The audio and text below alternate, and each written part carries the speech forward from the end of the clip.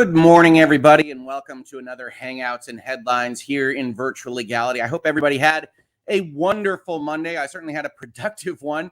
Did a lot of work, did a lot of streaming, did a lot of taping for videos that you haven't seen yet, as well as videos for my own channel that you haven't seen yet. So we do have a video coming up probably shortly after this one about Elon Musk and his response and how that Twitter fight is going. So if you're interested in that, stay tuned to this channel. Otherwise, it's good to have it be Tuesday already, and we're talking about some important stuff here in this space, as you probably could tell from the headline highlighted on the thumbnail. And we are going to be talking about areas of sensitivity. So as we like to say in this space, hey, look, nobody should be harassing anyone else. We don't like ad hominem attacks here. We don't like them out on the internet. And yet there are bad actors that sometimes do things on the internet. And we have to talk about how that is responded to, either in the media or with folks that look to get their reports put in the media. And that seems to be the case with this company that we're going to be talking about today. That said, obviously, nobody should be doing these very bad things to anybody on the internet to the extent that they exist. And so we should stand against that pretty heartily here in this space and in others that we might find ourselves in. And that's one of the things that I also try to tell to my colleagues, because honestly, some of them verge on that line, if not cross it. So we can always be out there not harassing. I think that's a pretty easy thing for us to do. And that, with that said, sounded a little serious to start off today's episode. Let's hang out a little bit. I do want to issue another warning. I may have to cut this episode off early. We do have an appointment with folks coming to the house. That's the bad news. The good news is the reason we're having that appointment is to upgrade the internet here so that I can get more consistent streams out to y'all. We don't have to worry about any of that lip syncing or the fuzziness issues that we saw last week. Hopefully. You never know when you're changing your IT infrastructure, but that is the idea, and that is why we might be cut off if they come right at the beginning of their window, which I don't know that has ever happened to me, but because we're streaming live on the internet, it's more likely now than it would be in other instances. So with that as background, how y'all doing? Good morning, everybody, says Robert Johnson. Sardinism says, it feels hard to stand against it sometimes without falling for the distraction, losing sight of the fact that it's a minority. Absolutely. When we start talking about bad acts, 100%. And it's easiest for folks to lump people into other groups. It's one of the reasons that I talk about it so often in this space is we shouldn't just judge whoever our philosophical opposition is, our political opposition, whatever opposition we might have in the world based on the acts of the worst of whatever that group is. And it happens so much.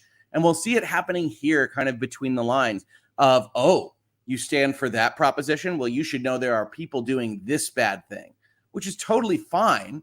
That's warranted as a kind of, hey, I don't want to be associated with that particular activity or group or branding.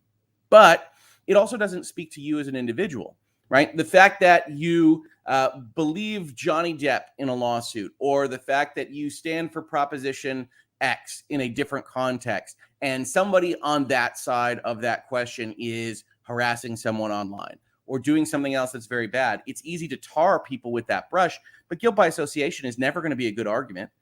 And unfortunately, it's one of the predominant arguments that we see in these articles that we're going to look through and in what is happening here with respect to this report. So I hear you. I know that it can be difficult. I know it can be tricky. But I know that this community we're building here, this space, reasonable minds can differ is the watch phrase, right? Reasonable minds can differ means that reasonable minds can differ, that the opposite side of you can still be reasoned and can be something that is legitimately held in good faith. And when we start with that premise, I think we automatically treat people better. You say, hey, you're a human being that's come to a different conclusion than me.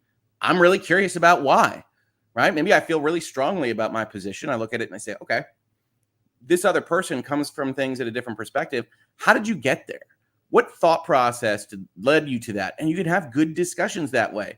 It's not always the most pleasant thing in the world, but it can be intellectually stimulating, and it can be interesting to learn more about other people, especially within your personal circles. I'm not saying you have to do that every time on the internet.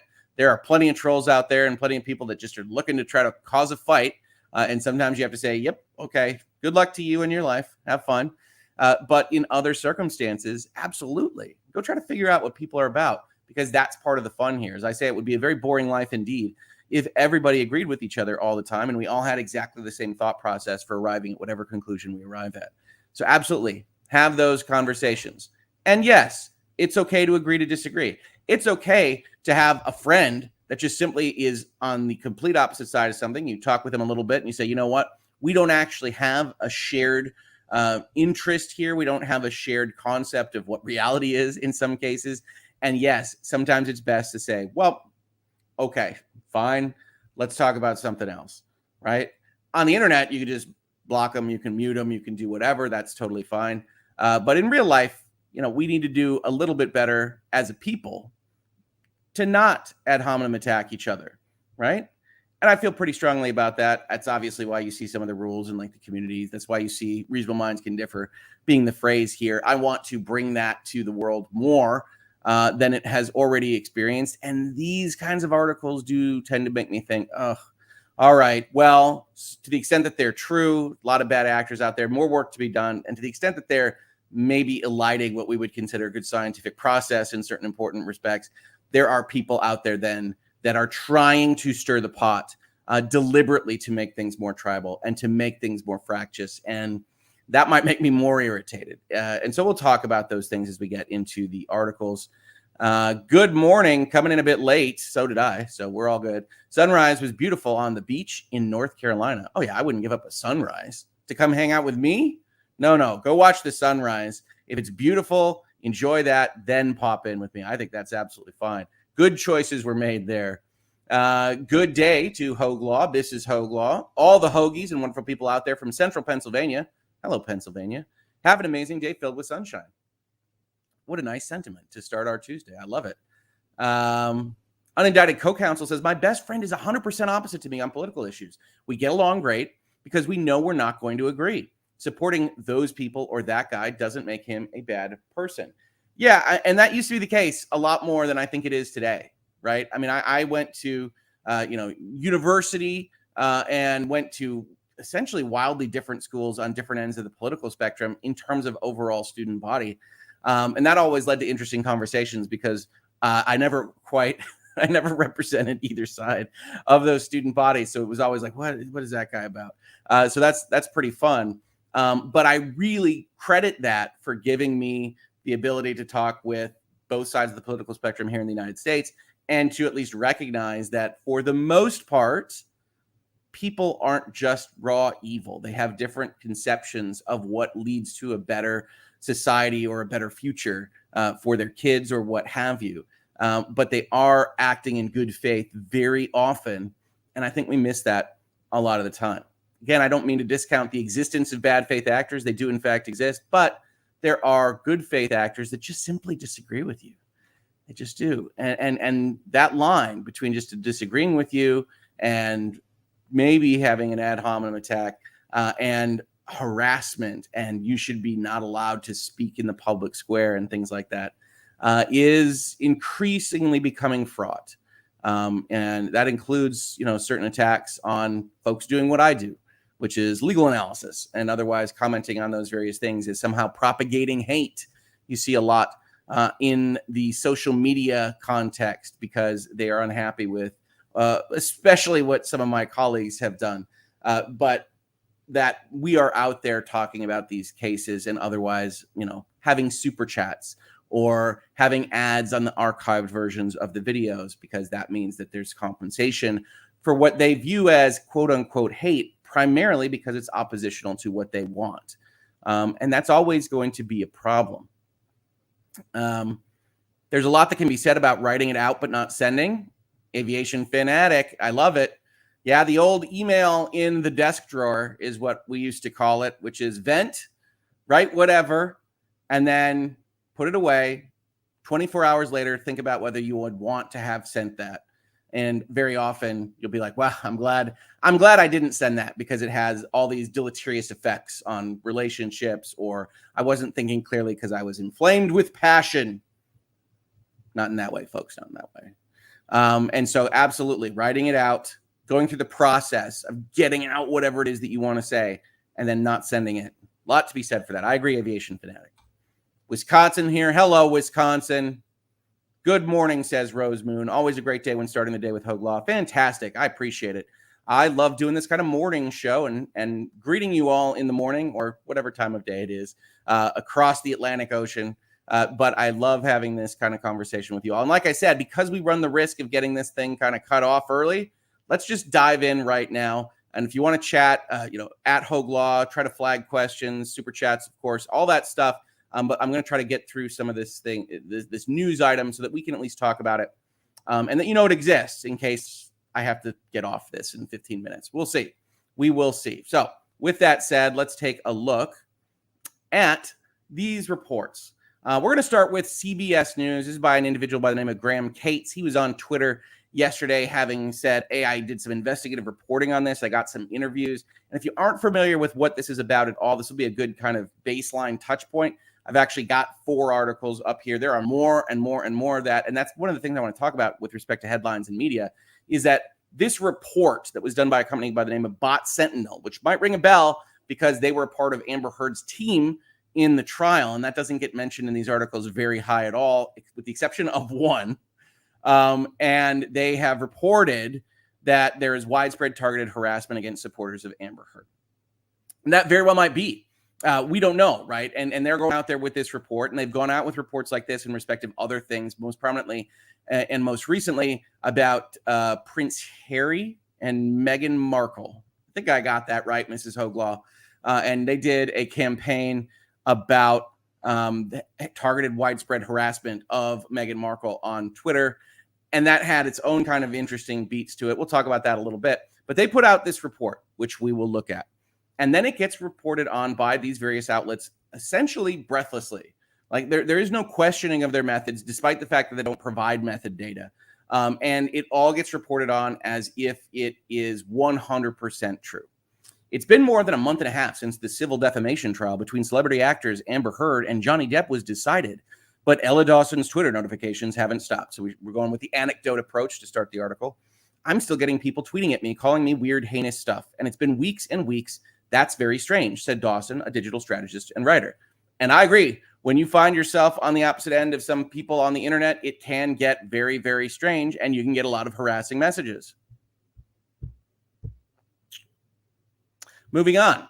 Dawson was one of many Heard supporters on the receiving end of an organized campaign of widespread targeted harassment, according to a report published Monday by the research firm Bot Sentinel.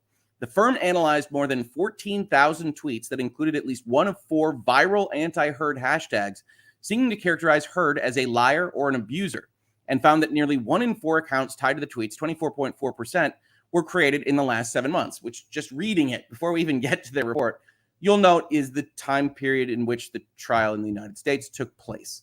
So I believe it's included here as a data point to suggest that these folks are artificial, that they only created their accounts in order to, quote unquote, harass Amber Heard or Amber Heard supporters. And yet, the most salient point in time when one would have decided to make an account to talk about the Amber Heard Johnny Depp trial would be in the last 7 months. And 7 months is kind of a weird cutoff point anyway. So it's interesting to decide what were you trying to grab with that data?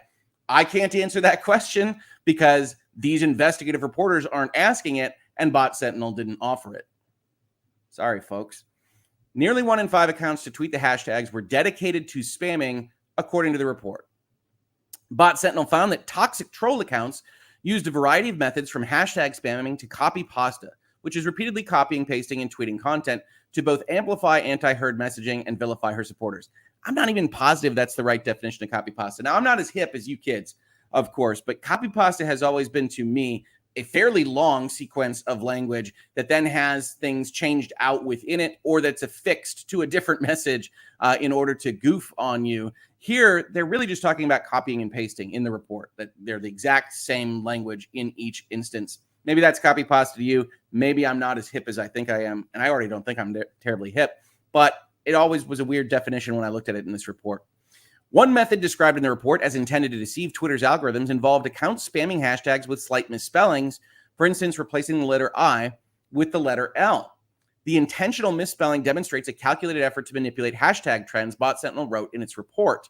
Dawson, who remember was our opening anecdote, who had not seen the report when she was interviewed, was struck by the veracity of Depp's online supporters.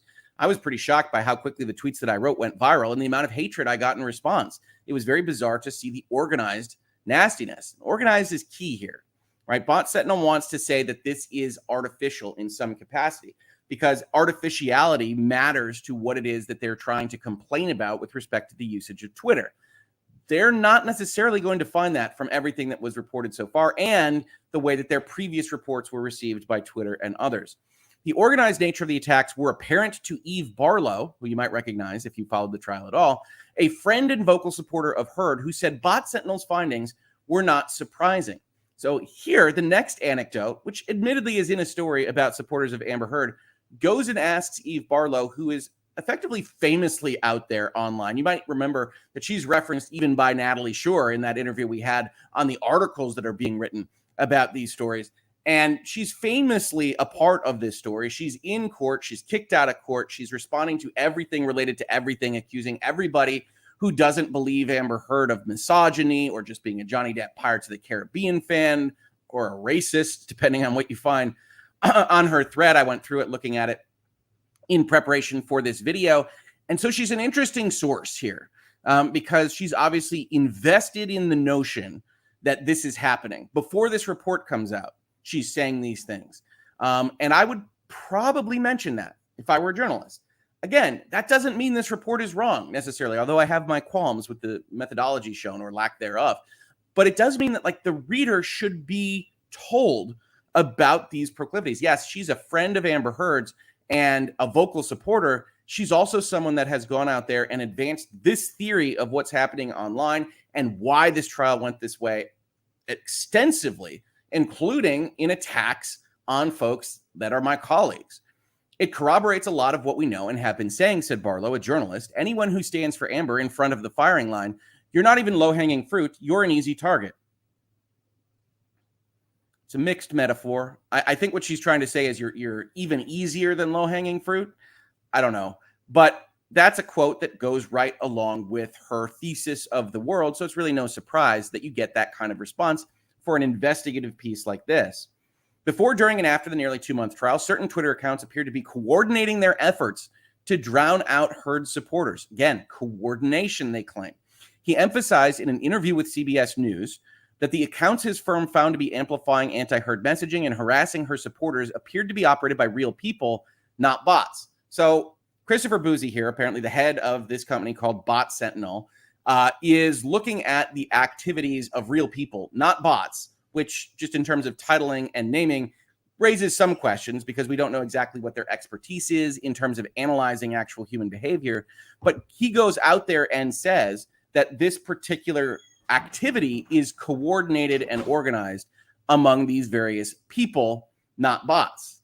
What we will see, however, is a startling lack of evidence of coordination outside of a shared use of hashtags that are self-selected by the group when we go and look at the report. None of this is kind of dug into in any of these articles that we're going to look at. And this kind of goes back to a kind of issue that I have with the media, right? Which is if you give them a press release, if you give them a report, if you give them a concept that is juicy enough, there appears to be at least a certain segment of the media that will essentially, unquestioningly, just send it on, just report it to the people. Say, hey, this report was made, do what you will with it. And not even really use whatever resources they might have to say, oh, okay, how did you arrive at that conclusion, right? You don't have to be negative. You don't have to be attacking whatever report you've been given. But as an investigative journalist, you could ask questions that don't assume that the premise of what you've been handed is true, which I think is a useful thing to do. Now, he says it does not necessarily mean a bunch of folks in a small room someplace in St. Petersburg that are working together. You like that? So Christopher Boozy here's first intimation is for you to think of Russian bots. But I'm not talking about bots. And by the way, I said the opposite of that. I'm also not talking about Russians necessarily. It could just be a group of people who are against Amber Heard, which in general one is allowed to be, and they decide on another platform, whether it's Switch or Discord or whatever, we're going to attack, let's coordinate together. Now understand what this quote actually says to me. It says that Mr. Boozy has no idea what is happening here. Mr. Boozy has gone out with a report with his company, Bot Sentinel. He has claimed certain things. And he, when asked from this investigative journalist, actually asking the question, well, what do you think this is? Doesn't have an answer. Well, it doesn't have to be Russian bots. It could just be a group of people. They might be organizing somewhere else, presumably because they didn't find any evidence of organization on Twitter, which Twitter is going to have a problem with. And so, well, they're going around the horn on these things, and they're engaged in a harassment campaign against Amber Heard. Boozy's firm found that Heard supporters were attacked relentlessly, often with vulgar and threatening language. And I have no doubt some of these instances exist. Absolutely. It wrote in the report that offensive tweets, misogyny, doxing, and death threats were rampant in tweets targeting Heard supporters. Now, offensiveness, you could probably determine from a personal review. Misogyny may be a little bit trickier to find from a personal review. Certainly, they're going to bake in some of your assumptions for anybody that's actually reviewing these things. Doxing should be easy to identify. And death threats, which seemingly should be easy to identify. If you actually go and look at when people report on death threats, things that are, a wood chipper should find this person and are hyperbolic and not things that I would say online are categorized by death threats or not, depending on the persuasion of the person that's doing the analysis. And so there is question here. Now, again, as I said at the top of this video, don't harass folks for God's sakes, right? If you've got the better side of the argument, certainly, you can go have that argument in a reasoned way. That's what we try to show here in virtual legality, is you can go have a reasonable conversation with folks about even the most sensitive of issues, as long as you treat each other with the humanity that you actually have. Here, though, he just says there's vulgar and threatening language. It's a self-determination in the report that these things were quote unquote rampant. And then the report includes a disclaimer here buried in this CBS article that the firm was previously hired by Heard's legal team in 2020 and through the trial to analyze traffic related to Heard and Depp. However, Boozy said the research published Monday was undertaken independently after observing what appeared to be harassment and platform manipulation. Now, folks, this is not what anybody would use as a qualification of independence for an institution, right? If you go into a contract, if you go into an ethics rule book, if you go into a determination of what is required to be independent, one of the things will be that you haven't had a commercial relationship with the subject matter of your material in any given way for a period of time, certainly including the fact that your particular group was used as evidence in the case in support of the subject matter of your report not 3 months ago. And so he wants to claim independence because he wasn't formally paid for this, except obviously if you're paid for it in the first instance and you think there might be an appellate procedure and an ongoing relationship with the subject matter of your report, well, it stands to reason that you might want to continue to be in good standing with that subject matter of your report. And you can't even say that this is separate from the initial engagement in 2020 because all of your stuff was just used in court. And yet, CBS doesn't dive into this. CBS doesn't talk about any of this. They just say, oh, there's a disclaimer. I guess we'll just mention that. They appear to have been hired by Amber Heard and representing Amber Heard's team and trying to present Amber Heard evidence during the court case that you just saw. But they're independent this time. They're independent this time, even though this research started in June. And June was when the verdict came out in the court case. Before releasing the report, the company sent to Twitter a list of hundreds of accounts that Bot Sentinel determined violated multiple rules and policies of the platform, including but not limited to violent threats, abuse, harassment, hateful conduct, private information, and platform manipulation and spam. That's right. They made a list. We hope they checked it twice because they just sent a list of various users to Twitter and told them to ban them. And that's an interesting step for a third party to take, but at least they didn't make them specifically public, right? They wouldn't do that. That would be silly. Oh, we'll get there. We'll get there. The company wrote in its report that it's our opinion Twitter didn't do enough to mitigate the platform manipulation and did very little to stop the abuse and targeted harassment. Twitter essentially left the women to fend for themselves with little to no support for the platform. The report also highlighted tweets targeting Barlow, among others, with offensive language. In one particularly egregious instance, a photo of a Heard supporter's deceased daughter was appended to a new account, which was then used to target the woman. Now, we know this story. It's a Michelle Dauber from Stanford Law. Don't harass her. We're going to talk about this as well, because like using Eve Barlow, like using some of the other people in this report, this is someone that isn't just an Amber Heard supporter, but is actually directly attacking Johnny Depp supporters in a fashion that is very similar and mirrored in what this report actually claims is happening in the opposite direction. We will talk about that as part of this, assuming that we get there. We have to look at the statistics from Christopher in the context of what it means offline, out in the real world, as well as online. We can't pull the wool over our eyes as to the amount of influence the online conversation has on people. There is 100% no evidence that any of the research done by Bot Sentinel has anything to do with offline interactions. Honestly, there are some questions about whether it has a lot to do with online interactions. But again, this is what you get when you interview people that are invested in the storyline. Her sentiment was echoed by urban planner Lindsay Boylan, who was also targeted by tweets highlighted in the report. Boylan said her support of Heard had little to do with the Aquaman actress's films. It is nice, at least, that if you're giving quotes to CBS on this count, they don't just assume that you're a big Amber Heard fan because you like Aquaman films. It's certainly not the case that anybody has ever accused anyone speaking out about the trial of simply being a fan of Pirates of the Caribbean. But moving on, my interest and why I got engaged in speaking out is that the entire trial process was made into a circus by the targeted harassment of anyone who spoke up on her behalf and really beat misogyny against her across the country, said Boylan, who was a former aide to Andrew Cuomo, who was one of 11 women who was in 2011 accused then governor of New York of sexual harassment. I think people need to understand how harmful this is, not just in the context of this case and these individuals, but how harmful it is for any survivor, how harmful it is for women, how harmful it is for people's First Amendment rights to speak up. Now that's interesting, right? Because what is happening here is Bot Sentinel, a third-party company, has come forth, named names, put together lists, telling Twitter that they have to shut down the speech of these various people out there in the world. And again, like Eve Barlow, like Michelle Dauber, like this person, we see a constant refrain in these interviews of people that are otherwise already invested in this being true.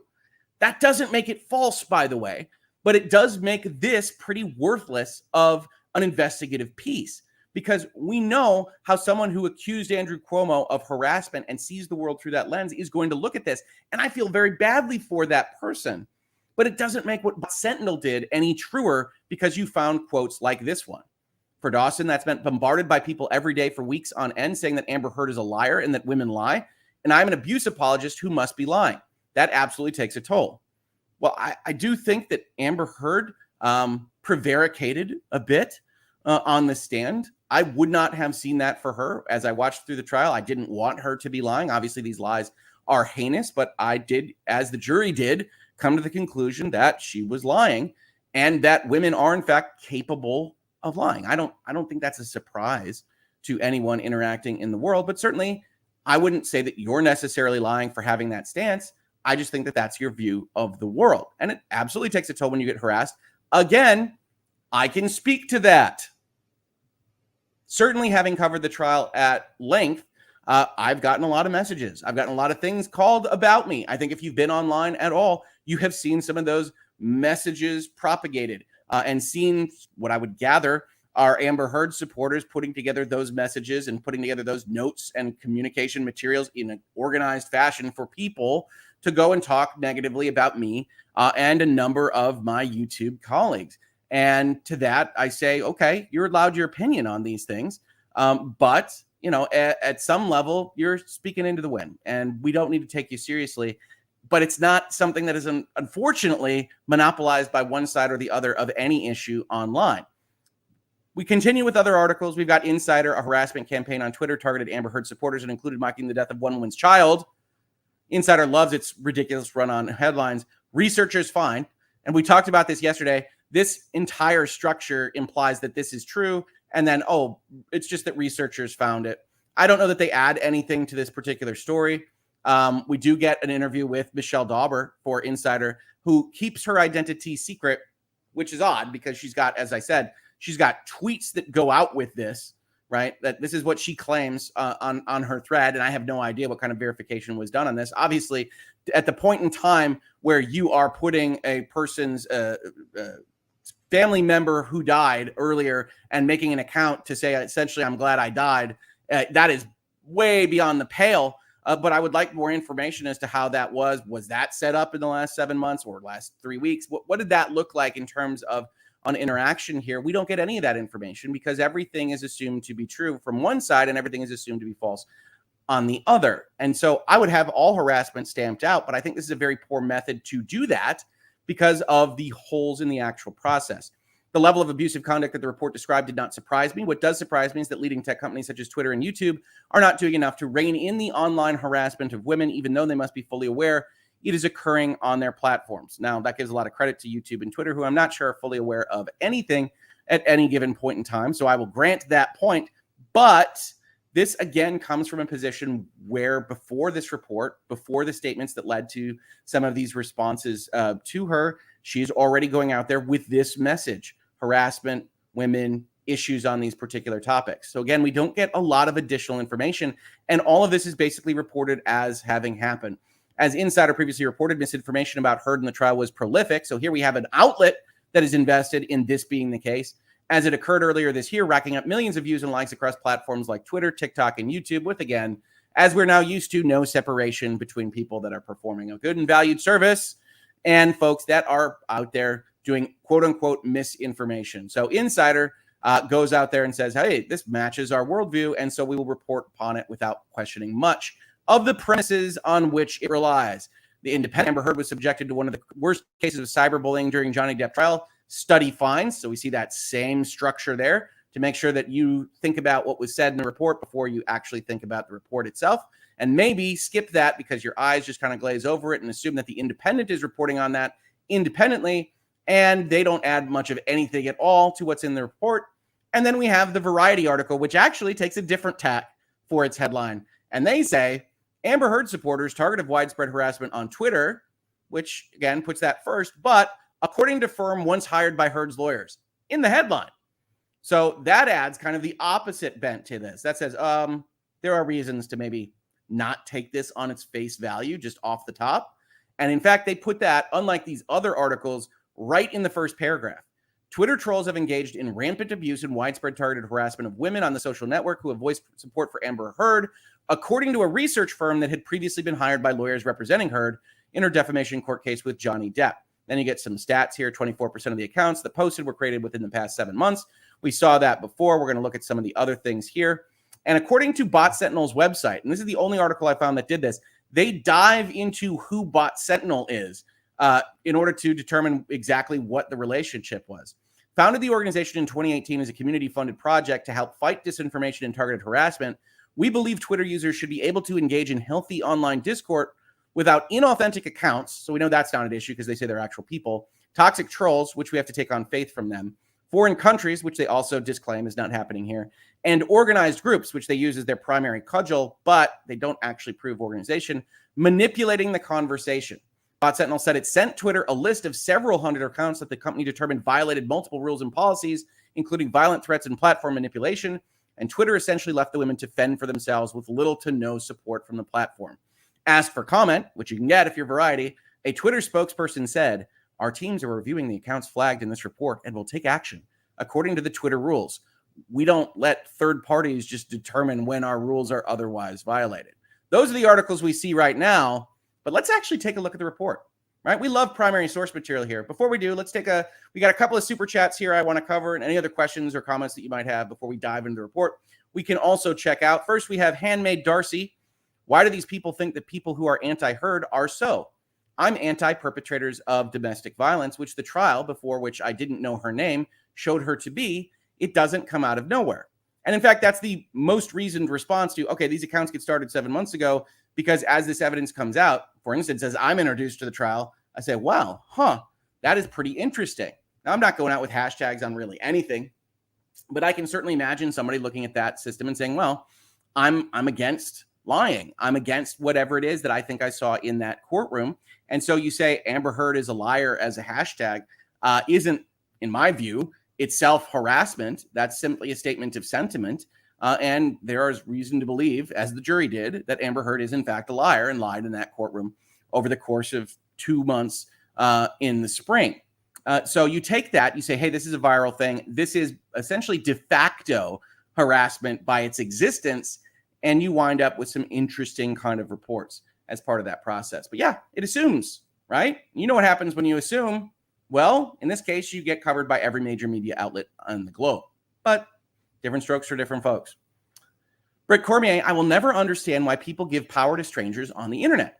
People sending me hate on the internet just gets ignored. They have no effect on my mood or well-being because I do not know them, so their opinion is like a Yorkie's bed turd.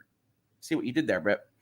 I will say this, especially when you first engage with social media, and you get your first bit of somebody calling you, oh, I don't know, an affiliation with a World War II power, you get a little bit like, where did that come from? Did I say something that was awful? You re-examine your premises. And as that continues, as you kind of get more used to the temperature of the water in social media, I do think that fades away. And I would offer exactly the advice that you give here, which is these are randoms, or as Amber Heard might say, randos on the internet. And you don't know what their life situation is. You could be talking to an 8-year-old. You could be talking to someone that just only finds joy in life by trolling you. And if you understood that properly, if you knew these tilts, if you knew who this person was, you might be able to better handle it. But certain people aren't going to handle it ever. And I think that's a shame that social media, which could be this fantastic invention that brings us together and allows us to communicate in real time with each other to an extent never before seen in human history, very often devolves into making fun of one another. But like I said, when I look into camera when I'm talking about those articles, I've gotten all sorts of hate. Do I think it's harassment? Sometimes there have been days where it's like a lot of emails directly to the firm. I had a review bomb campaign made against the firm that Google didn't handle at all. And so, yeah, okay, fantastic. These people that have never been my clients, have never engaged with the firm, all give me 1-star reviews because I said something. I think it was Sony fans. I said something against Sony. I mean, it's the stupidest thing in the world. But yeah, those people affect my livelihood, and you still have to kind of roll with it. You still have to say, well, okay, that's fine. I'm going to be a voice on the internet. And people are going to lash out in the ways that they lash out. And we've seen that from my perspective, even from big names, right? I got called a radical influencer by Taylor Lorenz. I've gotten called just a mere YouTube pundit by Bloomberg technology reporters. I've gotten called a tabloid grifter by that one article we read from that one dude whose name I clearly committed to memory on this score. And you have to have a certain amount of toughness with those things. Do I think you should have to in a perfect world? No, but you're right that when we talk about these kinds of things from randos on the internet, it would behoove everybody to realize that that other side of the coin doesn't control you. You're never going to meet these people. Block them, mute them, whatever you feel about it. And don't take it to heart, because if you are honest with yourself and you are treating people with humanity and you are remembering that reasonable minds can differ, then you have everything to be proud of in your conversation. And if you slip on that, because we're humans and we do, thinking about that, reflecting on it, trying to do it better next time, and maybe apologizing depending on what happened, all of that works to help make you a better person.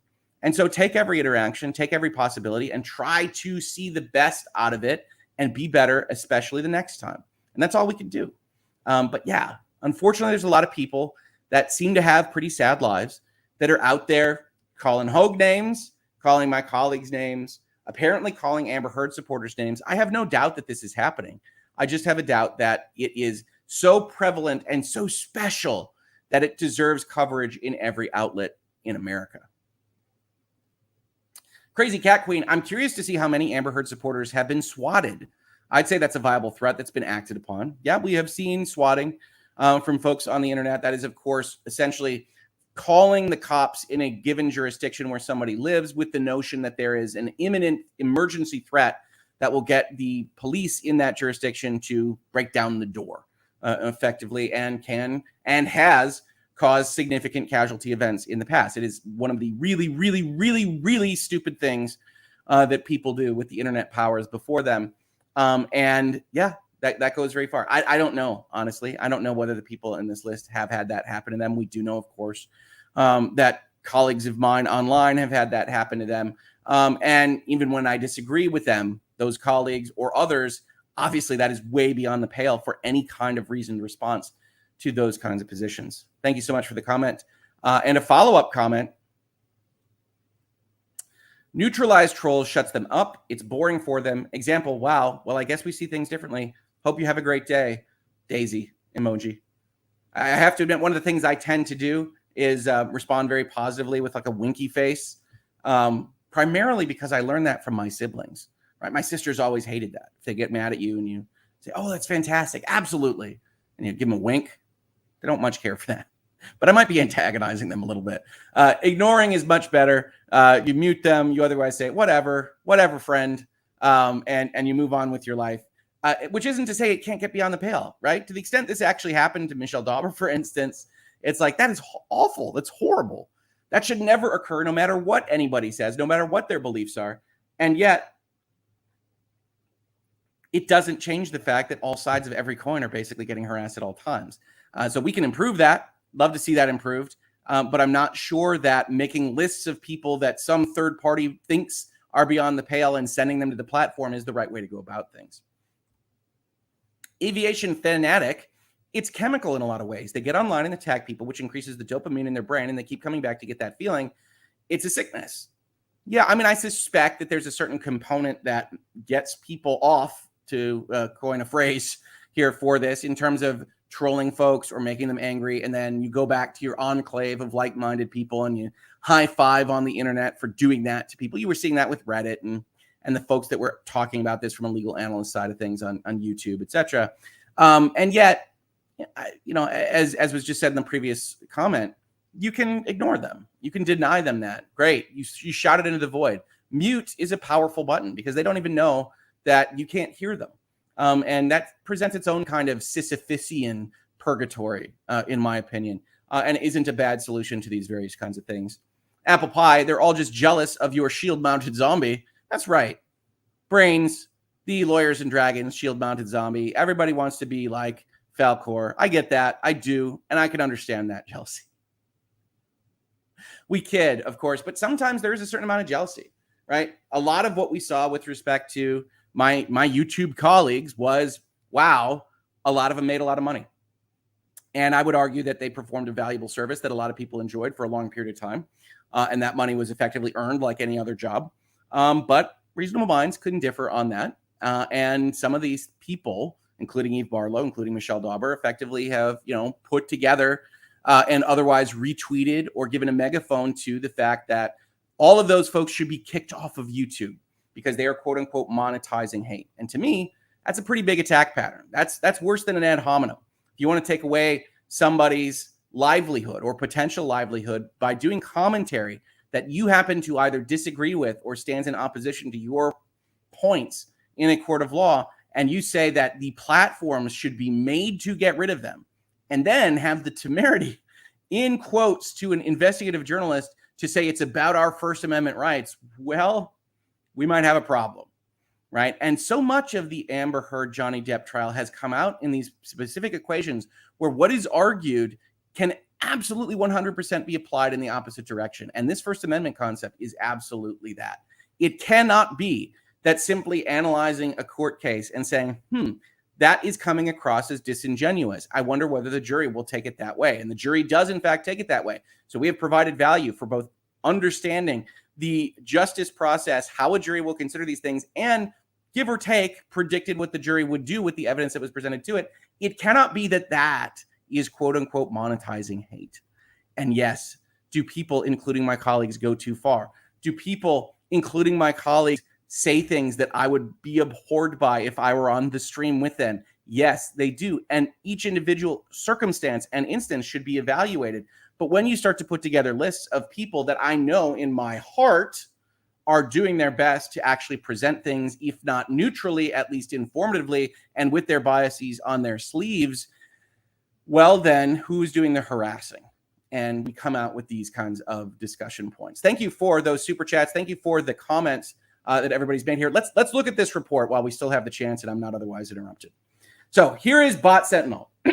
Targeted trolling and trend manipulation. How organized attacks on Amber Heard and other women thrive on Twitter.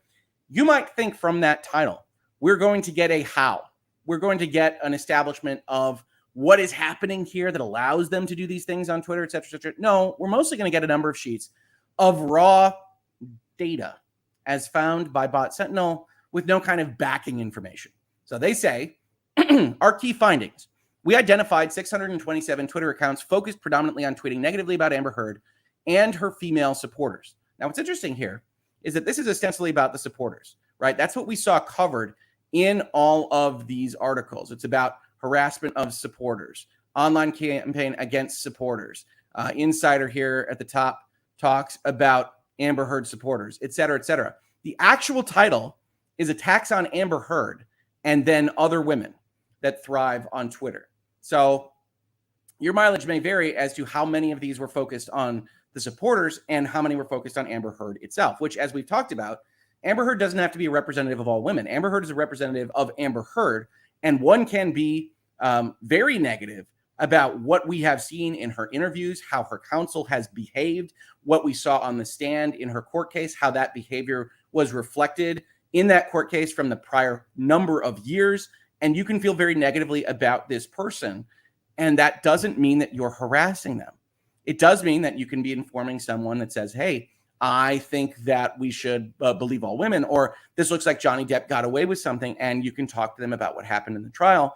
And I would question whether that kind of conversation would wind up in the camp that says that these are predominantly focused on tweeting negatively about Amber Heard and her female supporters. Now, they said they identified 3,288 accounts that were tweeting Amber Heard is an abuser, Amber Heard L's an abuser, which is presumably one of those swaps, Amber Heard is a liar, and Amber Heard L's a liar. And 19% of those accounts were dedicated to spamming the hashtags. Now, if you're doing the math at home, that is saying that the 627 Twitter accounts identified here are 19% of 3,288. Now, because I don't get denominators in this report, and I'm a lowly analyst out here in the internet and not an investigative reporter, I have to take all this on faith. Is that a lot? It doesn't seem like a lot for Twitter and its millions and millions of users, but maybe it is. How did you arrive at using these particular hashtags? How much of the group of 3,288 of these people are using the L's version rather than the correct spelling version? Because you're going to claim that this is indicative of getting around the system and organizing and abusing the Twitter platform. How many of them are using this compared to how many are using the correct spellings? I don't know. You don't know. Bot Sentinel won't tell us. Women who tweeted in support of Amber Heard were subjected to rampant abuse and targeted harassment on Twitter. There's no data here at all. Someone used a photo of a woman's deceased child to create a fake account and troll the woman because she tweeted in support of Amber Heard. I would argue that much of the discussion for Michelle Dauber here is not necessarily related to the I believe or I stand with Amber Heard, but is in fact related specifically to a series of tweets that she made about lawyers, female lawyers, defending male accused in these kinds of cases and calling them skirts. We'll talk about that in a second. Toxic trolls used hashtag spamming to trend anti-Amber Heard hashtags artificially. And that says that there is something that isn't organic about the use of a hashtag trending by itself. We don't actually get the notion of why it's artificial in this context. Over 24% of the accounts tweeting anti-Amber Heard hashtags were created within the past 7 months, which again is when the trial happened. Tactics like copy pasta, copying and pasting duplicative content, were used to amplify messaging artificially, and toxic trolls continued to tweet anti-Amber Heard hashtags and attack women weeks after the Depp v. Heard trial ended. So all of this are their key findings. You say, all right, now we're going to dive into the science. Well, first we have to get out a disclaimer. In 2020, Amber Heard's legal team contacted Bot Sentinel after we published our findings on the coordinated attack targeting Lisa Page. Amber Heard's legal team hired us to determine whether the social media activity against Ms. Heard was organic or if there was some other explanation. We determined that a significant portion of the activity wasn't organic and put our findings in a report. In June 2022, we began re-examining the activity after the Depp v. Heard verdict. Neither Amber Heard nor anyone from her team hired Bot Sentinel to review the activity. No one hired Bot Sentinel to compile and publish this report. It's a great disclaimer. It does not establish your independence whatsoever, as reported on in some of these outlets. Further, it skips one important aspect, which is that I heard the name Bot Sentinel in the trial before I ever heard it here, which means that the report done in 2020 and probably onward was actually used as evidence in the case. You are tied much closer to Amber Heard and her legal team than just the indication of a year like 2020 might indicate, at least from what we can tell on the outside. Because I now don't trust you and you're revealing of all the information that's necessary to evaluate these things, I'm now set to look at this with that kind of jaundiced eye that says, where could the lies otherwise be hiding? Overview. During the Depp versus Heard trial, we observed anti-Amber Heard hashtags regularly trending on Twitter. Indeed, that is the case. After the trial ended, the anti-Amber Heard hashtags continued trending. Again, now you say after the trial as if this is indicative of a harassment campaign. Obviously, as we talk about it here in the middle of July, Johnny Depp versus Amber Heard never went anywhere. I keep trying to get away from it. I'm trying to limit it to one Johnny Depp versus Amber Heard headlines episode per week.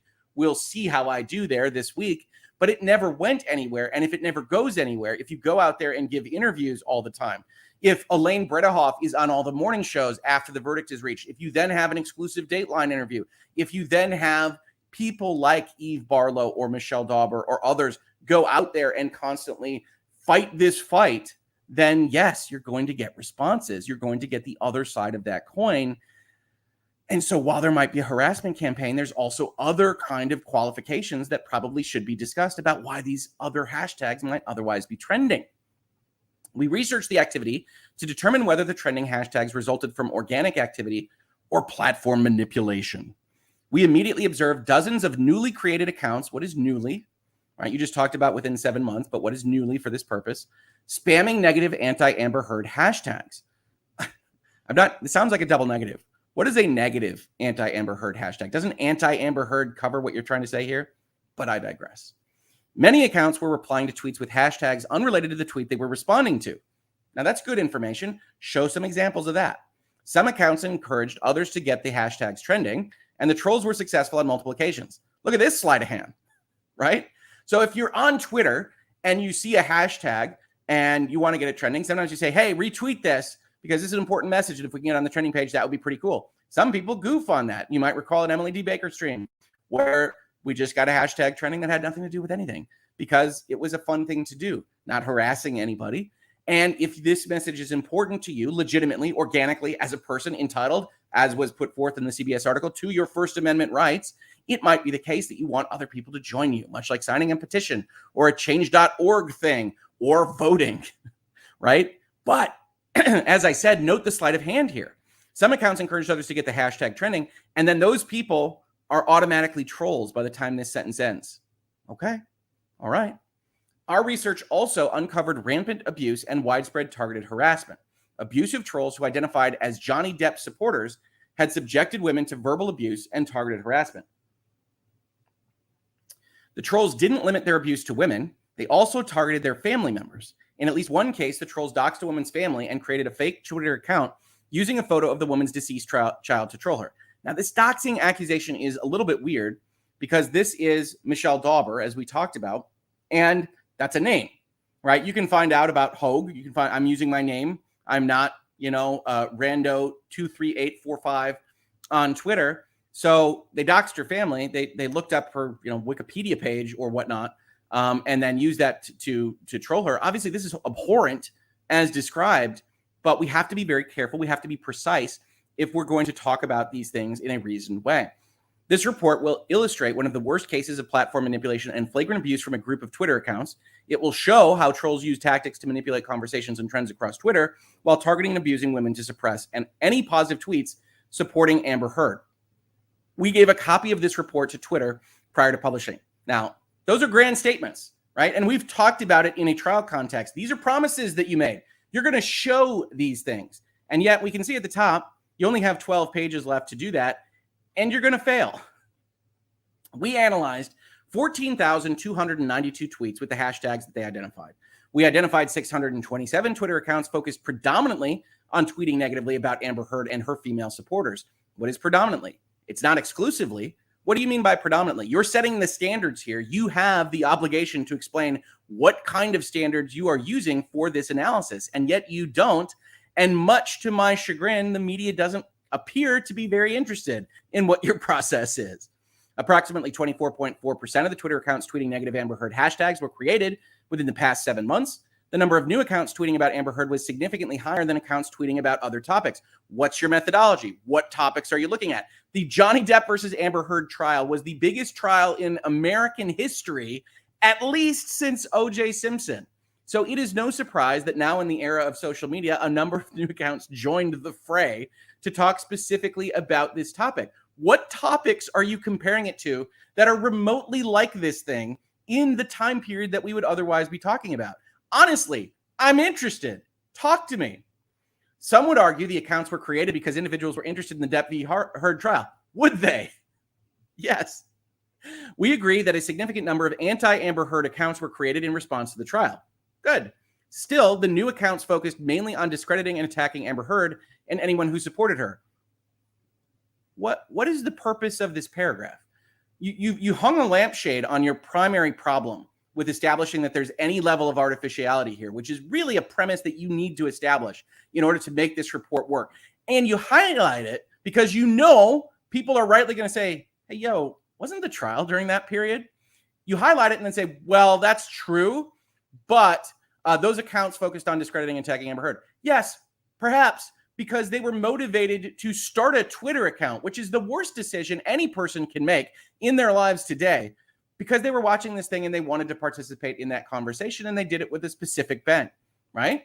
What are the number of new accounts that were pro Amber Heard? There had to have been some. Let's compare those numbers. And yet we get this paragraph that is mealy-mouthed and doesn't explain anything, and we don't get any questions on it at all from the reports that I looked at. We observed Twitter trolls, which assumes its premise, using various platform manipulation tactics. For example, the trolls used hashtag spamming and copy pasta to amplify content, manipulate trends, and suppress pro-Amber Heard content. You are repeating yourself, right? You are just going forward and saying the same thing again, which doesn't get us to a place where we understand anything better. Twitter trolls didn't limit their abuse to platform manipulation. We observed the trolls abusing and harassing Amber Heard and multiple other women and swarming the tweets of their victims. Offensive tweets, misogyny, doxing, and death threats were rampant. The same group of toxic trolls also harassed and abused women who tweeted positively about Amber Heard. Twitter trolls that attacked Amber Heard and her allies recently began attacking Evan Rachel Wood and Cassidy Hutchinson. The trolls compared the women to Amber Heard and used the same abusive tactics against the women. Which abusive tactics? What are we talking about? Offensive tweets, misogyny, doxing?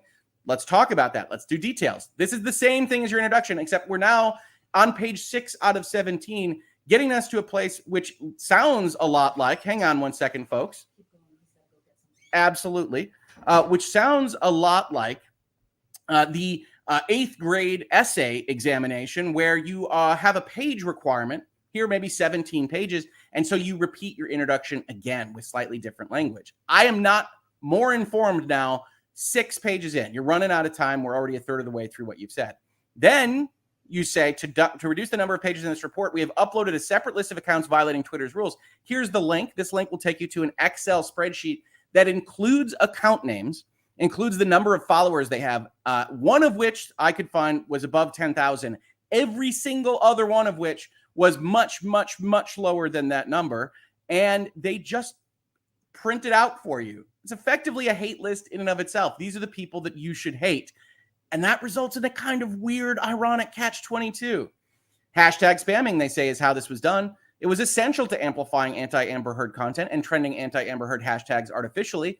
Hashtag manipulation tactics gave the false impression of overwhelming opposition to Amber Heard. Here they have one example of an account by the name of MusicStan26 that put this kind of meme up there a number of times. Fair enough. We have another account that is putting various different messages in response to people, all of which seem to be different, but which use hashtags and accusing that of spamming. Now, what's odd about that, right, is that if you are really invested in something, and I'm not saying this is the right way to handle discussions, folks, I'm not. If you're really invested in something, that's what the hashtag system is for. And we know that this is what the hashtag system is for because we can look at somebody like Michelle Dauber and see that for every instance where she wants to attack Johnny Depp or Johnny Depp supporters, she uses the hashtag I stand with Amber Heard. More power to her. That is her freedom of speech. She has this. She's on that side. And so she goes out and says things about Johnny Depp fans, Johnny Depp supporters, Johnny Depp's legal counsel, and frames it with I stand with Amber Heard. That's the normal way of doing things. So in order to establish that this is inorganic, that this isn't somebody that's just really keen on this and wants to evidence their support from a organic freedom of speech kind of principle, you actually have to go further than just saying they're using the hashtags a lot and they're responding to a bunch of people. As we just talked about, maybe these people are sad. Maybe these people shouldn't have this much of an investment in a case like this. I would be willing to argue that they shouldn't. However, that a harassment campaign, it does not make. Copy pasta. Trolls use tactics like copy pasta to amplify messaging and manipulate Twitter's trends. The goal in this case was to paint Amber Heard as a liar, as As Obi-Wan might say, you have done that to yourself, while painting Johnny Depp as an intelligent man who is telling the truth. Again, this is weird, right? That this summary assumes the premise that this is essentially inorganic and lies, that this is the equivalent of a Russian bot farm that is taking the most ridiculous thing like the sky is red and getting people to believe it. Folks did not need help getting to Amber Heard is a liar and Johnny Depp is an intelligent man who is telling the truth. I think Johnny Depp's got problems. I talked about those at length while I watched the trial. I would not, generally speaking, choose to hang out with Johnny Depp. And yet, when comparing the two world orders that they both described in the case, Johnny Depp seemed more likely to be the truth. Amber Heard seemed more likely to be a lie. And I don't blame anybody for saying that. Now, when you copy these things and you put them out over these and it's a campaign of some kind, I think this is probably the best evidence that Bot Sentinel has. You see these kinds of things on Twitter all the time in all directions. And I don't think it's great. So these are just copies of messages that they found. But I'd be very interested in seeing how that relates to the overall kind of level of copying on Twitter, how that relates to the overall level of copying on the other side of the coin. But again, they weren't paid by Johnny Depp. They weren't paid by independent outlets to find the truth. They were paid by Amber Heard. And while they claim independence as early as just after the trial ends, I don't think we have to take that very seriously. Bragging and encouraging. Trolls that participated in spamming anti-Amber Heard hashtags, assuming it's premise, bragged about their ability to get hashtags to trend. They also encourage others to spam anti-Heard hashtags. Get it going. Let's keep it going. Retweet and tweet. Again, this is the nature of somebody that's invested in a topic, seeing that topic trend, seeing more people convincing others of their position in life. Hard to see how this is harassment. Right? Let's get this trending. Amber Heard is an abuser. That's a statement.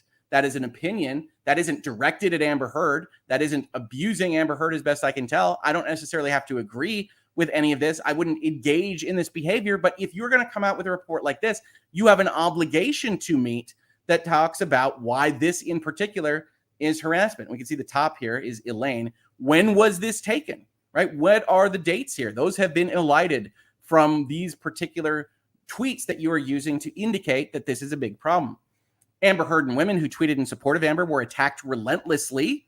Twitter trolls would swarm the tweets of women who tweeted positively about Amber Heard and often use vulgar and threatening language. And again, there is a lot of vulgar and threatening language here. But again, we don't know exactly what this was in relation to. We don't know what this was responding to. We don't know whether or not there was a swarm or whether they were attacked relentlessly. We have to take it on Bot Sentinel's faith here. And I don't think they have any by the time you arrive on this page. Obviously, don't call people these things. Don't harass people in this fashion. I understand how social media can get the ire up. Don't do that. It's not a way to win your argument. It's not a way to show that you have the winning side and that your opinion, whatever it is, should make the most sense. You lose the high ground for actually discussing these things. You result in pages like this, but also it could be an absolute minority of people. They've only called out about 600 Twitter accounts on the millions of accounts on Twitter. And we need to remember that. And we need denominators. Trolling prominent academic. This is the Michelle Dauber thing. Trolling didn't stop with vulgar and abusive tweets. In one case, someone created a fake account using the image of a deceased child of a prominent academic. The troll used the fake account to taunt and torment the person because she tweeted in support of Amber Heard. Trolls escalated their harassment and doxed the academic's family members. This criminal activity led to the target fearing for the safety of her family and herself. Okay, so, I mean, this is, again, an assumption in terms of criminal activity. We didn't include the name of the academic to protect her identity. And again, this is just weird. Nobody should be harassing Michelle Dauber, but Michelle Dauber put this on Twitter. This isn't a hidden thing that Bot Sentinel discovered. And they have this whole story here. And whether or not it's criminal, I don't know. This is a public kind of post here in which the photo came from. She attached this to this. She gets the account suspended, and we go on from there. Obviously, this is horrible. This should not be done. But in terms of the accusation that this is because she tweeted in support of Amber Heard, I'm not as positive, right? Because where she really starts to get covered by us, and I know I discussed this particular tweet, is when she says, in a society that strips women of real power, some women have learned to seek male approval in the hopes they won't be raped or abused or humiliated. Sucking up to power might feel good to you, but it won't work. You will be next. Of all the women who suck up to male power, women lawyers are the absolute worst of the bunch. She teaches at Stanford Law, by the way. Desperate to prove they are real lawyers and understanding that being a woman undermines their identity as lawyers, they throw women under the bus as hard and as fast as they can. This has stood up, but you can see the ratio here. This, to me, is when I first became aware of this individual, and is such an abhorrent statement that I don't blame people for responding to it very strongly. I do blame people for ad hominem attacks. I do blame people for going forward with what is described as absolutely heinous activity with respect to the daughter. But at this point in reading the Bot Sentinel report, I'm not trusting their scientific methodology. I don't believe they verified that this happened in the way that it did. And I certainly don't believe that they verified why it was happening. This goes far beyond the pale of supporting Amber Heard. This accuses all of these people of not being legitimate, not being allowed to perform their societal function to be lawyers because they are undermined and seeking only male approval. She calls this individual Bill Cosby's skirt, Brock Turner's judge, and Aaron Persky's skirts, Harvey Weinstein's skirt. If you want to talk about harassment, if you want to talk about putting bad things into the world, she's probably not a great person to pick to base your premise on. That doesn't mean this isn't awful. That doesn't mean it isn't a good anecdote for when you want to sell your report to these various outlets. I think all of them picked up on this particular note. It got its own separate page, but then treating it like it's this criminal conspiracy that she doesn't publicize on Twitter herself is just performative theatricality in a fashion that doesn't really work for me. Tweet data. We analyzed 14,292 tweets and identified 627 anti-Amber Heard Twitter accounts tweeting exclusively about Amber Heard. Oh, we moved up to exclusively. It was what? Predominantly above. We're changing our standards in the same report, folks. This is the kind of thing I would ask a question about. Hey, maybe one got wrong. Maybe it is exclusively. They don't ever tweet about anything else. Let's talk about it, Bot Sentinel. And yet we don't get that kind of investigation. Approximately 24.4% of the Twitter accounts tweeting negative Amber Heard hashtags were created within the past 7 months. The average for other topics is 8.6%. Okay, we have some data. What constitutes those other topics? And by the way, what is remotely as popular as a topic as Depp v. Heard this year, 2022? Accounts spammed. Amber Heard is L's an abuser and Amber Heard L's a liar with the letter I purposely replaced with the letter L to deceive Twitter's algorithms. The intentional misspelling demonstrates a calculated effort to manipulate hashtag trends. Here's the accounts created by year. Here's the accounts created by year. Here is the tweets that we got. We got the numbers here. Thankfully, they provided the data. Credit to you, Bot Sentinel. So we have is an abuser and is a liar with 1,700 at the top, is a liar 923, and then the L's are 706, and then the other L is 381. So substantially less. Maybe you've got a case that the people that are using the L's are doing some things to get around Twitter's platform policies or otherwise trend multiple trending topics so that the entire trending board can look like it's covering this particular topic. But overall, Amber Heard is an abuser and Amber Heard is a liar. Those are the top items. Those are English. And people can believe those things after having watched the trial. They can. We're allowed. And that doesn't make it harassment. That just makes it opinion. The top 20 Twitter accounts spamming the hashtags, in spamming, assumes it's premise, are as follows. Let's name some names. And you see here, 21-day-old account tweets 520 times about this topic. All right, that seems legitimate. Probably new for this purpose. Seems like a good case here. And then that's the one you put at the top. And then we got 132 months. They've been on Twitter for a while. 288 times with that hashtag. You have another kind of 24-day one, 50 months, 2 months, 11 months, 1 month, 130 months. So all of these are kind of combined in and around what certainly appear to be definitely legitimate Twitter users. This wasn't an issue at all 130 months ago, right? I don't think. But you combine those all as trolls and harassers. And by the time you're at the end of this list, you're talking about 67 tweets over the course of however many months long this period was looked at, which to me isn't very substantial at all. Doesn't stop you, of course, from, as I said, creating a hate tracker, creating a target list, which it looks like allows you to block all of these accounts just by clicking on some buttons over here and putting those all up for the world to see with nary a bit of evidence of what they did, other than your word that they are bad actors and that they are doing bad things. And yes, the media takes that absolutely breathlessly and unquestioningly, and yet I don't have to do that. The accounts in this report violated multiple rules and policies of the platform, including but not limited to violent threats, abuse, harassment, hateful conduct, private information, and platform manipulation, and spam. Now about that, this is not Bot Sentinel's first rodeo. In fact, Bot Sentinel has done this quite often. They know how to get news written about them. Here's a BuzzFeed article about the hate campaign against Meghan Markle, in which the BuzzFeed news editor says, I worked with Bot Sentinel, which is very well known in extremism reporting and misinformation circles, and they use Twitter's API.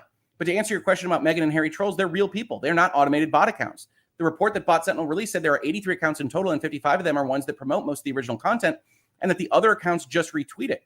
Christopher Boozy, spelled incorrectly to really give you faith in this article, the CEO of Bot Sentinel told me that it was really interesting that they are able to hide from a lot of what Bot Sentinel's automatic analysis would do. They had to do this report manually. Judgment as to what is being said and whether it's harassing. They had to look at each account manually because they're so good at hiding these negative Meghan tweets with positive tweets about the rest of the royal family. They're specifically not exclusively talking about Meghan Markle, and they're allowed to not like her. That doesn't make it harassment. And I think that gets lost in the way Bot Sentinel describes its methodology. Twitter thinks so too. And you don't have to love Twitter, but shortly after that, Meghan Markle troll accounts show no evidence of widespread coordination, says Twitter. Twitter deactivated just 4 out of 55 accounts that data analysis company Bot Sentinel said were set up purely to abuse the Duchess of Sussex. Again, you don't have to like Twitter at all. You could think Twitter is doing a absolutely terrible job of this. And yet, what we have here are 2 entities that might well be doing a terrible job because they certainly don't agree. And Bot Sentinel thinks very highly of itself in telling Twitter what is a violation of its policies. Bot Sentinel says there's a hate network here. Twitter doesn't really find one. And this goes on and on and on. Elon Musk said to be purchasing Twitter here. And we've got this Wired story that may or may not load up because you never know with the internet. Elon Musk said to be buying Twitter, and they start talking about right-wing bad actors coming onto the platform. And lo and behold, what do we find? We find reference to Christopher Boozy of Bot Sentinel, who basically says weird things are happening with the accounts. Left-leaning accounts are losing followers. Right-wing accounts are gaining followers. But in terms of what's happening, we're seeing a significant increase in right-wing accounts starting to follow other accounts. It could be a bat signal where they feel safe to come back to Twitter, or it could be something else. This individual, this company, appears to never have any kind of reason why things are happening, and its methodology isn't proven at all. We don't get data sets. We don't understand exactly what they're doing. And so we're basically left to assume they're telling the truth, which these various organizations do, again, unquestioningly. But at the end of the day, we have no reason to believe them more than anybody else. Conclusion. A group of Twitter trolls repeatedly used platform manipulation tactics to trend anti-Amber Heard hashtags. The trolls encouraged hashtag spamming and openly boasted when they were successful. Trolls frequently used copy pasta techniques to amplify pro-Johnny Depp content while spamming negative Amber Heard propaganda. Twitter trolls regularly swarmed the tweets of women who supported Amber Heard, and abuse and targeted harassment were commonplace. Tweeting in support of Amber Heard without being swarmed by trolls was difficult at best. These are assertions by a company. There is nothing to support them in this report. Vocal supporters of Amber Heard received the most abuse, which included death threats and doxing. Trolls targeted their victims' families, and the children of their victims weren't off limits to the trolls. What we observed was one of the worst cases of cyberbullying and cyberstalking by a group of Twitter accounts that we've ever seen. It's our opinion Twitter didn't go far enough to mitigate the platform manipulation and did very little to stop the abuse and targeted harassment. Twitter essentially left the women to fend for themselves with little to no support from the platform. The abuse and targeted harassment continued well after the Depp versus Heard trial ended, and unless Twitter takes action, the abuse and targeted harassment will still continue. This is a call to action for Twitter. Bad actors have become adept at platform manipulation and targeted harassment, and Twitter has allowed itself to become weaponized against its users. Twitter must be more aggressive at suspending accounts that abuse hashtags and copy pasta, but more importantly, adopt new policies to address accounts that target specific individuals or organizations. Twitter must improve the way it moderates content. Far too many tweets that break Twitter's rules are incorrectly found to not have violated Twitter's rules. Now, this cuts both ways, but as we've said in this space, Twitter gets to decide what violates its rules. And so that can be very bad because they just ban people and don't explain why. But it can also be a different direction when you get called out by Bot Sentinel, you're put on an Excel spreadsheet, added to a hate list, and Twitter finds nothing to be wrong in terms of violation of its own rules, which it set. And this is frustrating for users. We believe the deficient current reporting system will have the unintended effect of users reporting abusive content less often, which in turn would allow abusive content to flourish. And then here's some stuff about Bot Sentinel. We love getting press for things that are raw assertions that we repeat 4 times throughout a 16-page document, and then provide pictures of tweets and promise you that we are accurate. And again, they might be accurate. I don't know, because this report doesn't establish that for them. And I'm left saying, well, how is this going to be handled? And at least at the end of the day, after having gone through all this, we can be sure they're not going to turn their eyes to anything else, right? Well, that'll be fun. We might have to cover it because Christopher Boozy says, in a few weeks, we will publish our research on widespread policy violations on YouTube. I'm willing to bet who's going to appear in that article. Not necessarily me, but certainly some of my colleagues. The report will be the first of its kind and delve deep into how YouTubers ignore policy violations over profit. Watch this space. Yeah, that should go well. But we'll be ready. We'll talk about it as we do everything else that we talk about in headlines, with hopefully a critical analysis and critical eye to talk about what's happening in this space and others. That is the report right now. That is a company that's creating lists of people to hate and with no other evidence than their raw assertions. And it's eaten up with a spoon by so many outlets that aren't doing the investigative journalism that they really should be with the platforms that are otherwise afforded to them. Sorry for the sad Tuesday, but there we go. Let's see here. Let's talk about some super chats before we get into other chats. Jojo, your wisdom, approach, and kindness in the morning makes me enter the day smiling and hopeful. Thank you. Smiling, blushing emoji. Well, thank you, Jojo. I appreciate it. I love morning shows, and I think we're going to be done with this episode very, very soon. Aviation fanatic, I ask myself, who cares if she's being harassed? What is the point of all this? Is it right? Shrug emoji, but this is the world we live in now. I care if she's being harassed. I don't want to see harassment. I don't want to see harassment even with people I deeply dislike. I don't think harassment gets us very far as a people or as a society. So I have no problem saying, hey, harassment is bad. But I do have a problem with some third party saying, hey, rampant harassment is happening here, and providing a single page of pictures that you could find on a single thread on any given day on Twitter for any topic against any person. And maybe that's not right, but it doesn't establish what they are claiming it establishes. And then the media goes out and just says, worst case of cyber stalking in history, report finds. And I got a problem with that level of news being made about a report that we just read. Sibling Creature wouldn't deliberately misspelling a hashtag only dilute the hashtag trends. I don't get what the point of that is. I think what the point of it is to get that trending page that has like the top 5 or whatever trends to have more than one version effectively of Amber Heard is a liar, and you spell it different ways and you put a number 1 in there or whatever in order for it to be Amber Heard is a liar like 6 times, something like that. But I honestly don't know. Britt Cormier, bad actors have become adept at platform manipulation and targeted harassment. I believe that is a true statement. I just assume we identify different bad actors. I think that's right. I don't think anybody that looks at the way Twitter operates or YouTube operates or anyone else operates and says, yeah, you know what? They nailed it. They got it right. We can be sure that they are keeping bad actors off their platform. That is not my experience on these platforms, as I said. But yes, when we have to depend on a third party that doesn't provide the evidence that it says it has provided to establish when something is rampant, when something is a swarm, when something is misogynistic, when something is harassing, all on its own recognizance, then we've got an issue, because that's not the way this is supposed to work. Fantastic. You've made these assertions. This should be a 40-page document. You should be establishing what you mean by these things, showing me some scientific analysis. And instead, what I get is data guy from the Depp v. Heard trial, where none of the data actually worked to prove his point. And we're left saying, I'm evaluating this. I come to this listening to what you have to say, and I'm left wanting. You didn't say what you said. You repeated your assertions like 4 times in a 16-page report, which, good for you.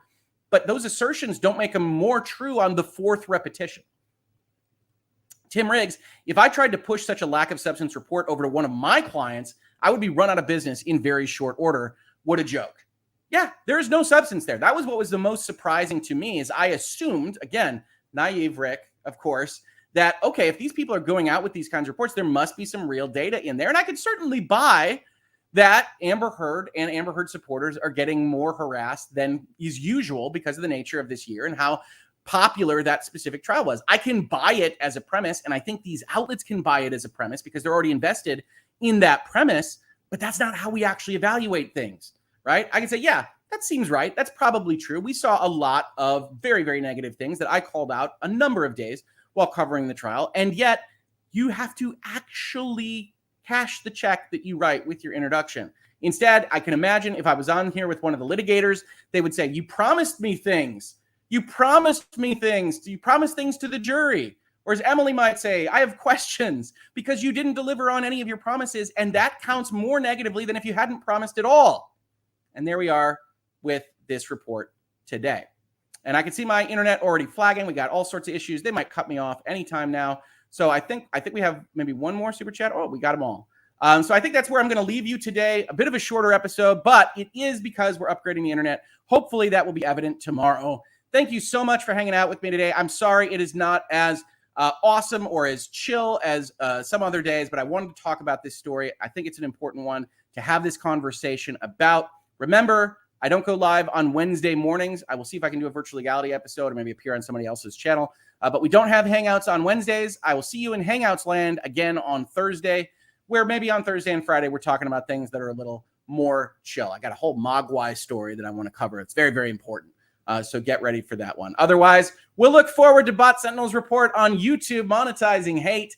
Otherwise, have a great Tuesday, and I'll see you on the next episode.